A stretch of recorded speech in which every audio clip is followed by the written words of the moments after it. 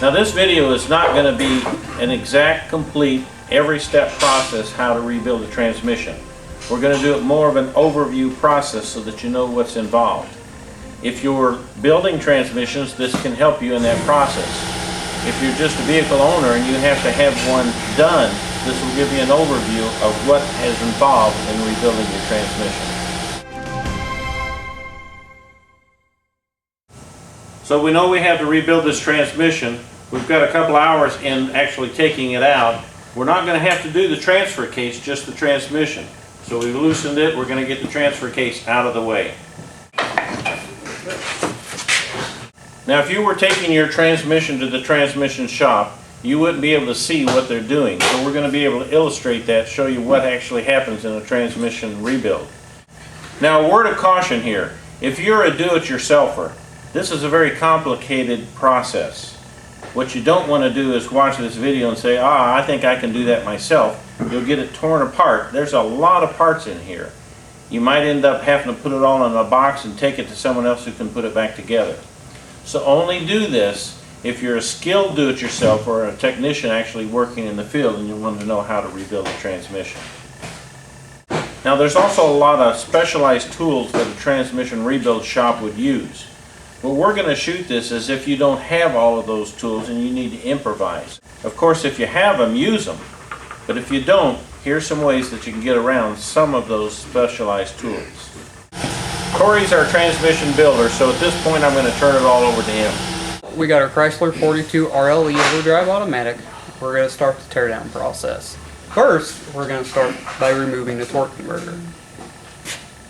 Always be a little gentle when pulling them out. You don't want to scar up the bearing surface on either. Here you see with the converter removed, there's a seal, protects fluid from coming out, and underneath that, behind it, there is a bushing. This is where the converter hub rides on. Here you have the stator shaft and the pump. This doesn't turn. And right here you have the input shaft. This will turn when the torque converter starts to do its work. Here we have the torque converter. This is what rides inside this bushing inside the pump. Now the torque converter, we won't rebuild it. We'll just replace it with a remanufactured unit. On this side of the transmission, we have gear selecting lever. We're going to remove it. And then here we have turbine input speed sensor. Here we have the output shaft speed sensor. This sensor tells the ECU how fast the output shaft is rotating, and it can make your speedometer work and judge shift points on that input. Let's do it. You can edit it.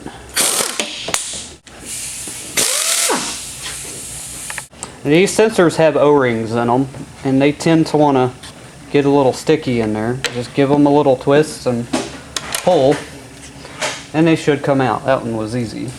Now, notice how they're different. You don't want to get these mixed up, because you could damage this one by putting it in the turbine input hole. Now notice on these two sensors, look how the connectors are very similar. You could in theory plug both of these in to opposite connectors and they would be wrong. So what we'll do is we'll mark them. This one is out. As for output shaft. And this one is turbine input. So we'll just put in.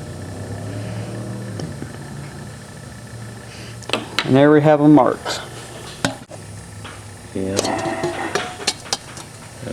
Now we'll remove the gear selector linkage. Now that we got our bolt out, we'll try to remove the lever. Notice it's pretty rusty. So what you can do, just take your chisel, go in between the pinch there, smack it a couple times, it will spread it and come off easier. And these are just cooler fittings. These are line pressure taps. Here we have transmission electrical connectors.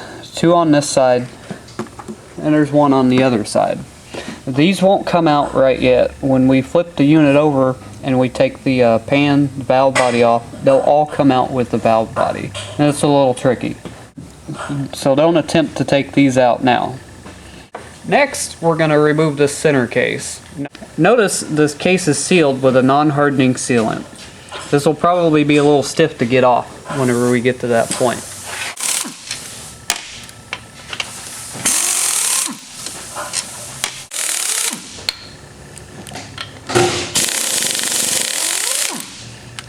We've already taken these two bottom bolts out. Notice they're kind of tight. Now that we got the bolts out to the center case, notice we have pry notches here. This will aid in getting this case off with this non-hardening sealant.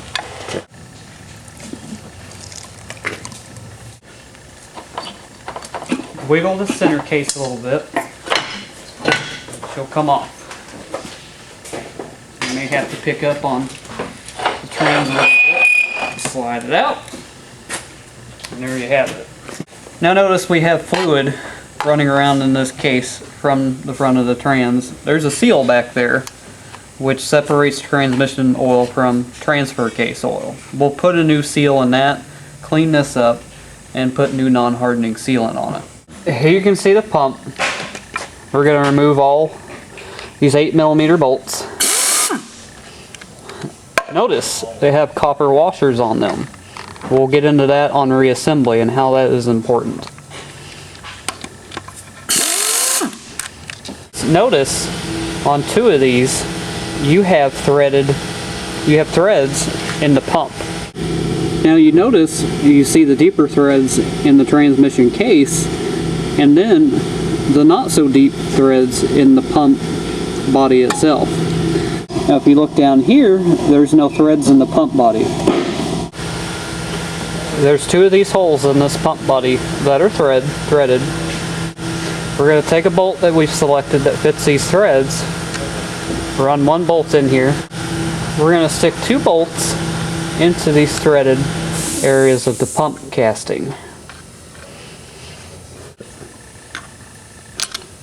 We're going to hook the bolt best we can. You may slip off at times. Notice the pump moved a little bit. We're going to alternate back and forth because you could damage some seals in there. We got a good one on that. We'll give it one more little good bump and the pump came out. You can leave these bolts in here if you want to grab something to grab with. You don't necessarily have to. Next step, just give a little bit of push on the input shaft and very nicely lift the pump off of the input shaft. And then we can set our pump down. Now here's a thrust needle bearing. This would be right in this area of the pump. Now on these transmissions, there's going to be a lot of these thrust needles like this, and then more as we go through the unit. Unless damaged, this wouldn't need replaced. It looks good. Flip it around, feel it. Feels good. Put it back on, and you order that it came off. You see these sealing rings right here. Sometimes these are Teflon. For those of you who know these seals, they're scarf cut. The reason why I said earlier you wanted to be nice and gentle when you pulled the pump out, because you could scratch these, and in turn you could ruin your evidence of what happened to the transmission.